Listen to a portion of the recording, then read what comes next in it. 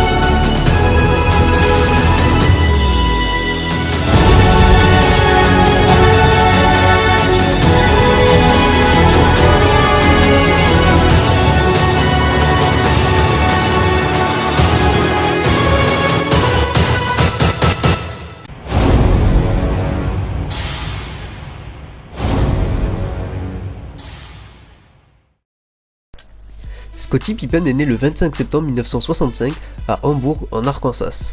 Il est le plus jeune d'une famille de 12 enfants. Venant d'une famille pauvre, ses parents n'avaient pas les moyens de l'inscrire à l'université. Sachant qu'à cette époque, personne ne pouvait s'imaginer que Pippen deviendrait une star en NBA, en partie de sa petite taille car Scottie ne faisait seulement 1m85. Malheureusement, aucune université ne lui proposera de bourse, excepté une seule, et ce n'est pas pour être joueur mais seulement porteur d'eau de l'équipe de football américain. Un jour, alors qu'il manquait trop de joueurs à l'entraînement, le manager Don Dyer lui demandera de venir s'entraîner avec eux, et c'est ainsi que Pippen intégra l'équipe de Central Arkansas, une université de seconde zone. Lors des années suivantes, Pippen connaîtra une croissance fulgurante, puisqu'il passera de 1m85 à 2m03. Ses statistiques seront de 24 points, 10 rebonds, 4,3 passes décisives et près de 60% au shoot. Il est attendu dans le haut de tableau de la draft 1987, même si beaucoup d'observateurs tiquent sur son potentiel du fait qu'il n'a jamais évolué en NCAA, mais seulement dans une ligue de seconde zone. Finalement, il sera sélectionné en 5e position par les Supersonics de Seattle, qui le trade immédiatement aux Chicago Bulls, dont un certain Michael Jordan était déjà là depuis 3 saisons. The Seattle Supersonics select Scott Pippen of Central Arkansas. That's right, folks. You probably have never heard of Scottie Pippen. Lors de sa saison rookie, Pippen ne sera jamais titulaire, mais il jouera tout de même 20 minutes en moyenne, et ses stats seront de 8 points, 4 rebonds, 2 passes décisives et une interception par match. Aidé par cet ajout, et par un Jordan élu MVP pour la première fois de sa carrière, les Bulls terminent 3ème de conférence, et éliminent les Cavs au premier tour, mais les Bad Boys de Détroit ne leur feront aucun cadeau, et les élimineront sèchement en 5 petits matchs. La saison suivante sera bien différente puisque Scottie deviendra un titulaire et jouera 33 minutes par match, tandis que ses stats grimperont à 14 points, 6 rebonds, 3,5 passes et 2 interceptions. Cependant, les Bulls ne terminant que 6ème et re-affrontent de nouveau les Cavs au premier tour. Vous savez, c'est durant cette série qu'a lieu The Shot. Alors là, on est au dernier match décisif et les Cavs mènent de 1 point à 3 secondes de la fin. Seulement voilà, il y avait Michael Jordan en face. Au second tour, c'est les Knicks qui se feront éliminer par les Taureaux, avant une nouvelle fois de se faire sortir par les Pistons en 6 matchs cette fois-ci. D'ailleurs, Pippen ratera ce dernier match à cause d'une blessure. L'année suivante, Pippen continue de progresser et se retrouve titulaire lors des 82 matchs, desquels il terminera avec 16 points, 7 rebonds, 5 passes et 2 interceptions. Les Bulls termineront 3ème avant d'éliminer les Bucks puis les Sixers et de retrouver leurs copains de Détroit. Cette fois-ci, la série ira en 7 matchs, mais c'est bien les Pistons qui s'imposeront de nouveau. Lors de ce dernier match, Pippen sera catastrophique puisqu'il inscrira 2 points avec un 1 sur 10 au shoot. Il s'avérera plus tard que Pippen souffrait de grosses migraines durant le match, mais Jordan ne voyait pas les choses ainsi. Et lors de la saison suivante, après un match de saison régulière contre les Pistons, où Pippen passera de nouveau à côté de son match, Jordan lui rétorquera « Qu'est-ce qu'il y a Scottie? T'avais encore mal à la tête ?» Car oui, il faut savoir que Jordan était très dur avec Pippen, car il avait décelé son potentiel et c'était sa manière à lui de le faire progresser. When Scottie first came here, he really didn't know where he was at that time. Il faut savoir qu'à chaque fin d'entraînement, Jordan proposa à Pippen de faire un 1v1 pour lui montrer sa supériorité, et Scottie accepta à chaque fois pour ne pas se dégonfler. Les matchs duraient des heures parfois, racontera leur partenaire OGs. Phil Jackson, leur coach, déclara même « Si Michael et Scottie sont devenus d'aussi gros défenseurs, c'est grâce à leur 1v1 interminable. En effet, Jordan s'entraînait dur pour essayer d'humilier Pippen, tandis que ce dernier aussi donnait tout à l'entraînement pour essayer de vaincre Jordan. Par la suite, Jordan déclara « Les gens me disent souvent que Pippen a tant progressé grâce à moi, mais la réalité, c'est que moi aussi j'ai énormément progressé grâce à Pippen. » Revenons à la saison 90. Tout va bien pour Scottie qui participera à son premier All-Star Game. Les Bulls terminent premier de conférence pour la première fois de l'ère Jordan et filent tranquillement en finale de conf où ils retrouvent pour la 4e année consécutive les Bad Boys. Comme on a pu le remarquer, à chaque année leurs résultats contre les Pistons s'améliorèrent.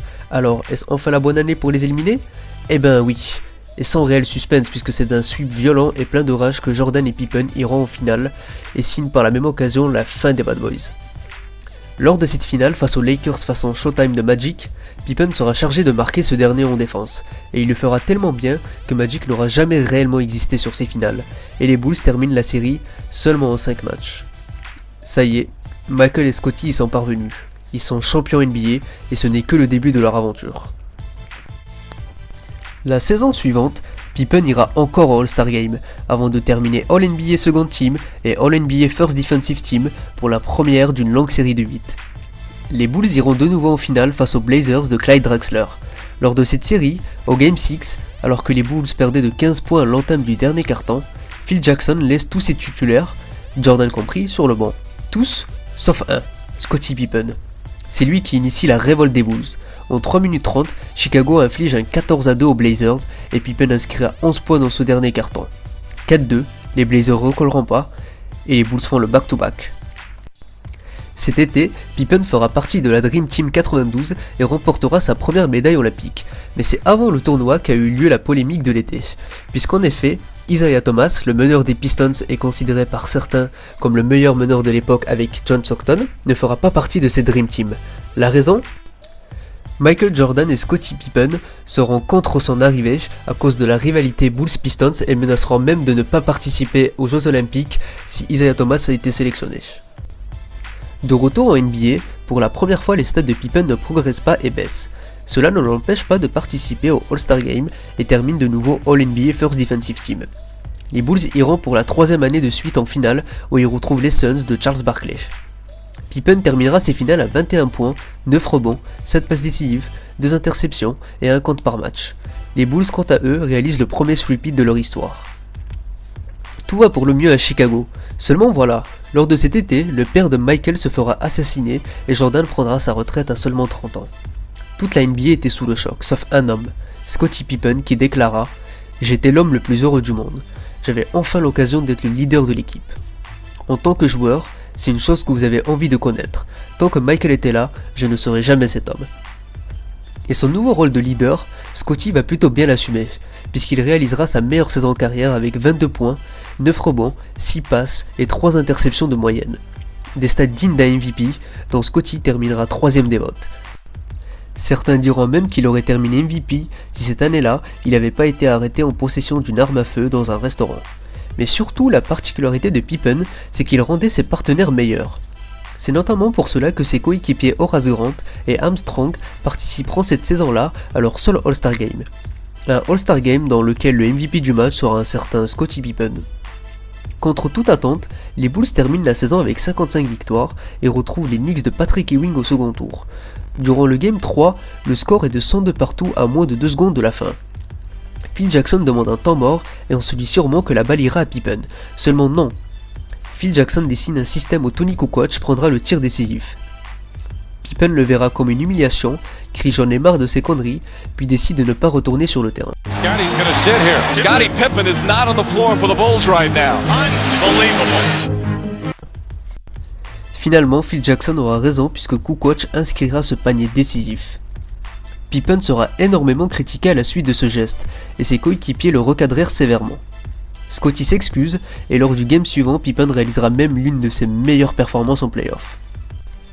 Lors du Game 6, Pippen réalisera même la meilleure action de sa carrière.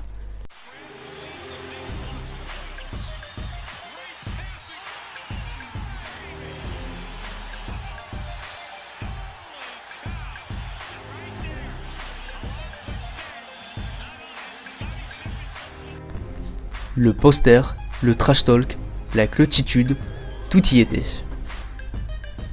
Finalement, les Bulls perdront au Game 7. La saison suivante, Jordan annonce son retour, ce qui ne déplaît pas à Pippen qui dira « Je me suis épanoui lors de cette saison, elle m'a fait un bien fou, je suis devenu un autre joueur et un leader. Et quand Michael est revenu, j'étais heureux. » He was developing at that time, and by making him the director of our offense, kind of a point forward. À son retour, Jordan respectera beaucoup plus Pippen et dira « Quand je suis revenu, j'ai senti que Scottie n'était plus ce jeune rookie. Non, il avait pris en maturité et il était enfin devenu ce vrai leader. Je n'avais plus besoin de le pourrir pour l'aider à progresser. » Walked away for the game for 2 years. He was exposed to what I had to deal with, and he didn't have a shield anymore. D'ailleurs, Jordan gardait secrètement sa vie privée, et Pippen était le seul Bulls à avoir le droit de rentrer chez Jordan, qui déclara « J'aime bien avoir Scottie à la maison, on s'entraîne, parfois on parle souvent. Il me confie beaucoup de choses, des choses personnelles. Scottie est un garçon très réfléchi, s'il vous fait confiance, il se livre, et nous avons une grande confiance l'un envers l'autre. » Avec une complicité Jordan-Pippen bien plus forte et l'arrivée de Dennis Rodman, les Bulls effectueront un second sweep en 8 ans, et réaliseront même un record de saison régulière avec 72 victoires et 10 défaites. Record qui sera battu que très récemment par Steph Curry et sa bande. Durant les finales de 1997, Pippen inscrira même 7 3 points lors du Game 3, ce qui sera un record à l'époque. Même si tout aurait pu s'arrêter au Noël de la même année, avec le GM des Bulls qui souhaitait échanger Pippen contre Tracy McGrady pour préparer l'avenir. Seulement voilà, Jordan opposera son veto total au trade. Au fond, Pippen est le seul joueur que Jordan aura réellement respecté durant sa carrière. Pippen n'aurait jamais eu 6 titres sans Jordan, mais l'inverse est tout aussi vrai. En 99, Jordan prendra sa retraite pour la deuxième fois et Pippen est transféré aux Rockets où il formera un trio avec Hakeem Olajuwon et Charles Barkley. Mais il ne s'entendra pas bien avec ce dernier et rejoindra les Blazers. En 2000, il atteint les finales de conférence avec les Blazers face aux Lakers de Shaq et Kobe. Une série très disputée qui partira au Game 7, mais en vain. Cette série sera la dernière grosse performance de Pippen en playoff, qui la terminera avec 15 points, 9 rebonds, 4 passes et ses habituelles 2 interceptions. En 2003, Pippen revient aux Bulls pour y disputer la dernière saison de sa carrière. Carrière qu'il terminera avec 6 bagues NBA, 2 médailles d'or olympiques, dont le titre de meilleur joueur du tournoi olympique de 96. Rajoutez à ça 7 sélections en All-Star Game, 3 sélections en All-NBA First Team et 8 sélections en All-NBA First Defensive Team. Futur double Hall of Famer, il est le 6ème meilleur intercepteur de l'histoire et le 2ème en playoff. Il est aussi l'un des 3 seuls joueurs de l'histoire de la NBA à avoir cumulé 200 interceptions et 100 contres sur une saison avec Michael Jordan et Hakeem Olajuwon. Mais aussi l'un des seuls à avoir terminé meilleur marqueur, meilleur passeur, meilleur rebondeur, meilleur intercepteur et meilleur contreur de son équipe sur toute une saison avec Julius Erving, Kevin Garnett, LeBron James et Giannis Antetokounmpo. Is a catalyst, you know. I mean, he's the one guy that could go 2 for 10 and yet have a tremendous impact on the game. He's that rare guy who can literally do everything. He's our point guard, unbelievable defender, he's a great rebounder. He's got every skill imaginable. He's a complete player, the best versatile all-around player in the game today. Oui, Pippen était l'un des joueurs les plus complets de l'histoire, tant il savait tout faire sur un parquet. On parle d'un joueur avec une vision de jeu incroyable qui rendait ses coéquipiers meilleurs, car oui, Pippen était un meneur au fond de lui.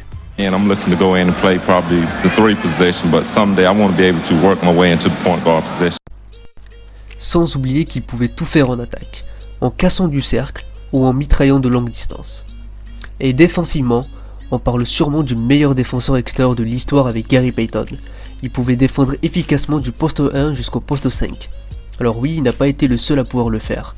Les plus vieux citeront Magic, tandis que les plus jeunes citeront LeBron. Et c'est pas faux, mais la liste est très courte. Scottie se donnait à 1000% en défense, car il savait que c'était tout important, voire plus que l'attaque. N'est-ce pas Carmelo ?